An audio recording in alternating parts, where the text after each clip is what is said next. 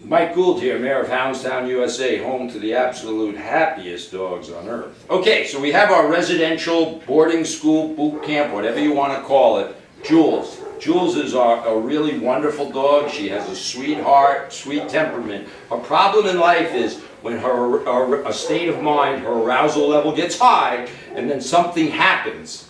She's been acting out with her mouth, which is, by the way, the only mechanism dogs have to resolve conflict is their mouth.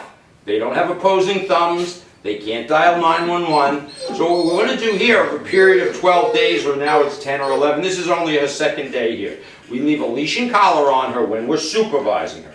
You don't have to necessarily be tethered to it, but we have to have a mechanism to remind her that she's a dog. And she's not a free-roaming dog that can run and chase cats and bark at neighbors. It can't do that. So we have to teach her, to some degree, what's appropriate behavior. So we do that always with a leash and collar on. I'm relaxed and I love. We don't use food reward for this. The only time this animal and any other animal, my friend Liberty over there, gets a morsel of food, it's not at the kitchen table, it's not at the barbecue, it's when she goes voluntarily into her crate. She's whining, that's anxiety. Things are not like it's out of focus for her life. I'm going to step out my left foot, because that's going to trigger her to walk. Hopefully. I'm relaxed. That's the first thing. I'm not like this. I'm not using a pinch collar. I'm not using a shock collar. I'm relaxed. I step out my left. She moves. I go this way. And don't forget, some things are genetic. She's a herding dog, right? She has some herding instinct. Look at how nice and relaxed. When I stop, what has to happen?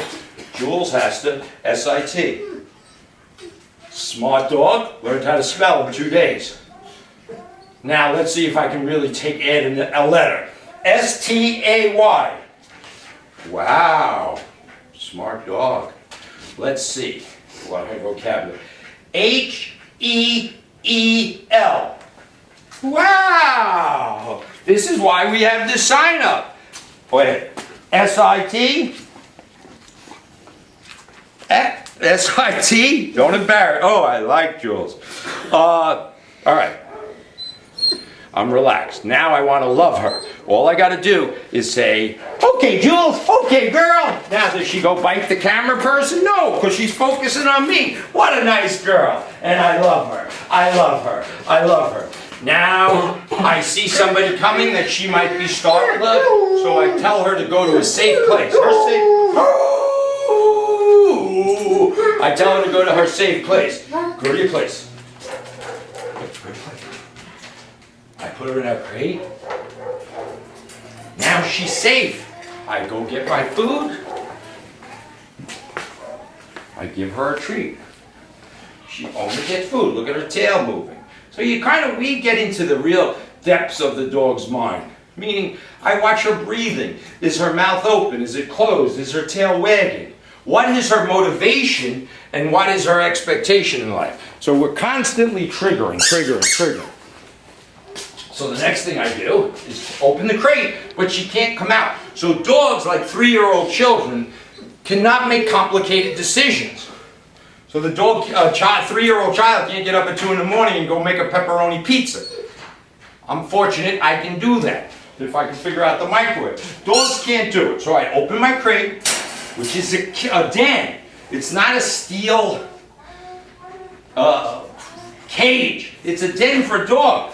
I went out and I bought her a brand new bed, because I'm going to show you what, as we progress in this process, and this is elementary school. At the end of this 12 days, all that's going to happen, now I let her out. Okay, girl. Good girl. Good girl. What is this? Is it a penguin? No. It's a dying animal. Does she want to kill it? She's a little off balance now. I got a dog over here. She's smelling the food that's over there. And that dog might have a shit fit. Stop. Stop. So let's see. What did I want to do? Let's cut for a minute. Okay, Mike Gould here. Home of the happiest dogs on earth, and Mayor here. Okay, so I got my friend Jules. I'm changing things around. Dogs don't know what wheelchairs are. They don't know what any moving creature. So she's off balance. So I'm going to love her. I'm in a wheelchair.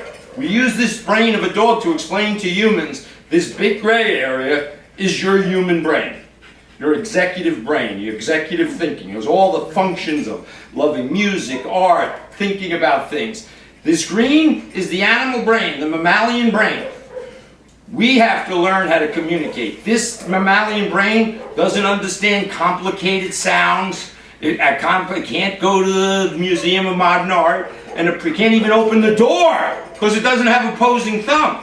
So dogs are at a high disadvantage. So what we need to do is communicate to the dog brain, which we have. We have a mammalian brain, but we have to use it. So you can't talk English or a human to a person that doesn't hear. You can't talk English to a Chinese person. There's no communication. So we have to see the world. This is what I do. I see the world from the dog's perspective, and that's about 18 inches off the ground. And trust me, the world is weird. Our world is weird. We've removed this dog, all dogs, from their natural pack when we buy them at 8 weeks old, 10 weeks, 12 weeks, and then we throw them into a domestic chaos. So this is my friend Jules, who is doing Magnifico. She goes, plays in the playroom. She has friends already. Goodbye for now. Mike Gould here, Mayor of Poundstown University, home to the smartest and happiest dogs on earth. It's very obvious. I have pit bulls, I got spotted dogs, I got deaf dogs. Where's my friend Stella? I mean Jules Verne I got here today. Look at how many friends. Talk about a socialite. Look at Jules Verne. She started out with no friends, and she's been here 3 days.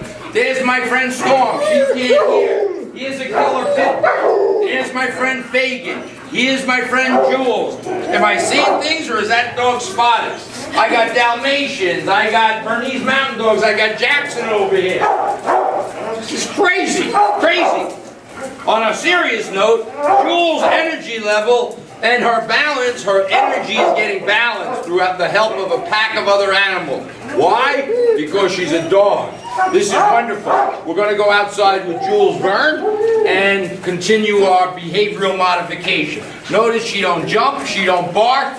The only dog jumping now is Lila, because I think she got a lot of energy from an electrocution. I think she stuck her look at this. So we got a nice energy. I'm going to get low here and see if they'll come and play with me. Yeah, guys, my friends, all my friends at Doggy Daycare. Jackson, Jules, come on over, babe. Even Storm's coming. She can't hear. She's like me. Oh, God. So, whoa. All right, say hello to everybody out there in TV land. Jules, say hello to your mommy, daddy, and the kids. Hi, baby. New puppy. Where's our new dog today? This, the husky. What's her name? We don't know. Here today, having fun, having a party, going to be tired, going to be dirty. They're going to need some grooming. They stink. Goodbye. Okay, so the more serious side to our training is putting physical and psychological structure in a dog's life.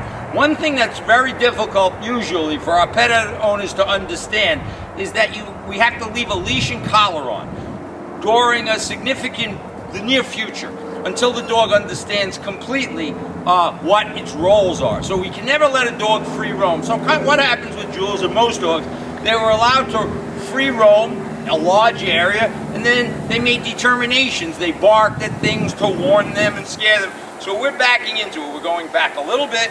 So here we are in a field. We have playtime. Obviously, it's holistic, so you saw Jules in a pack. Now, we use only this leash and collar. Only this leash and collar. It stays on. Okay, girl. Okay, that's it. So she can run around with that. One of the other things we're working on, obviously, is having a dog go place.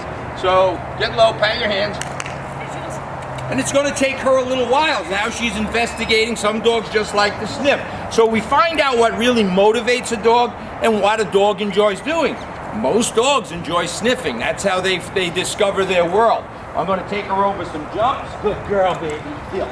Healing is having the dog on our left side. It puts the dog in a place in the pack that doesn't change. I face the jump. She needs to what? SIT. Sit. No food reward for this. Step out my left. Hup, good girl. Hup, good girl.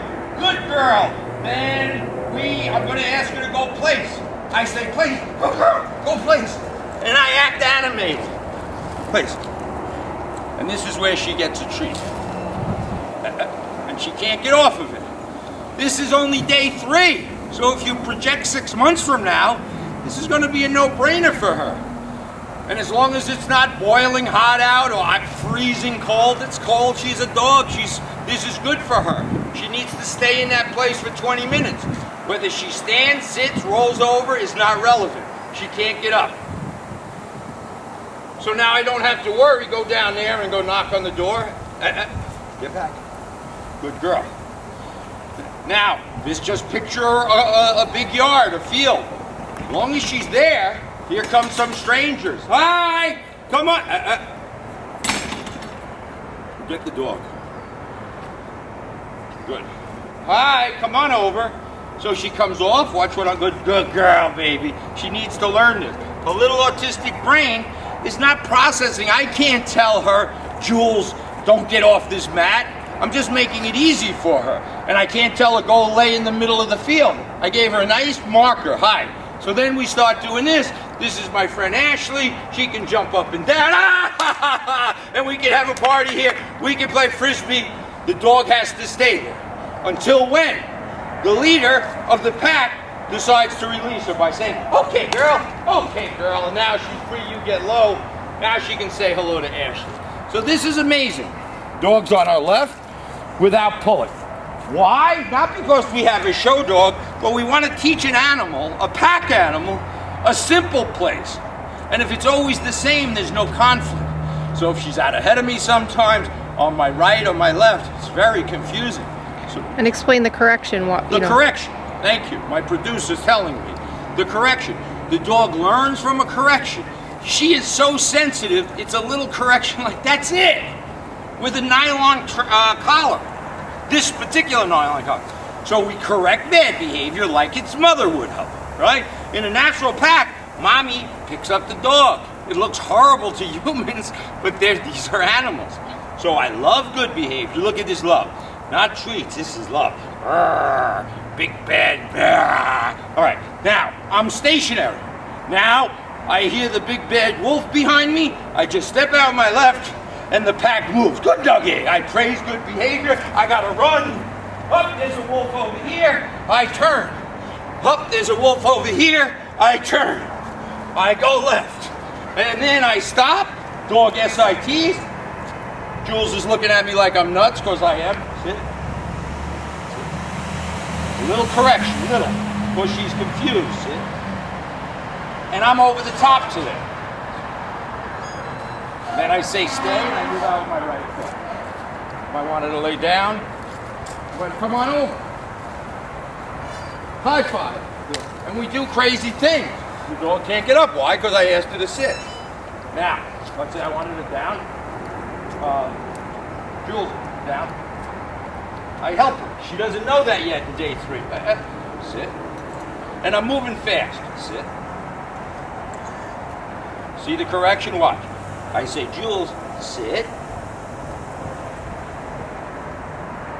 I ask her. I don't say, Jules, sit! I say, down, down. Then I help her. Down, down. I help her. I'm not hitting her over the head with a stick. Now I love her. Good girl. So this is the process. This is actually the first half of our training. Everything else from this point forward, excuse me, I'm drooling, is going to be just built on. This is the foundation of everything. But this is elementary school. Advanced training is the pet owner goes to the backyard and says, Jules, come! That's like college. And the dog comes running across the field after chasing a rabbit. That's advanced placement work, college work. She's doing wonderful. Free time? Okay, girl. We have fun. Thank you. We'll put this together and send it to everybody at home.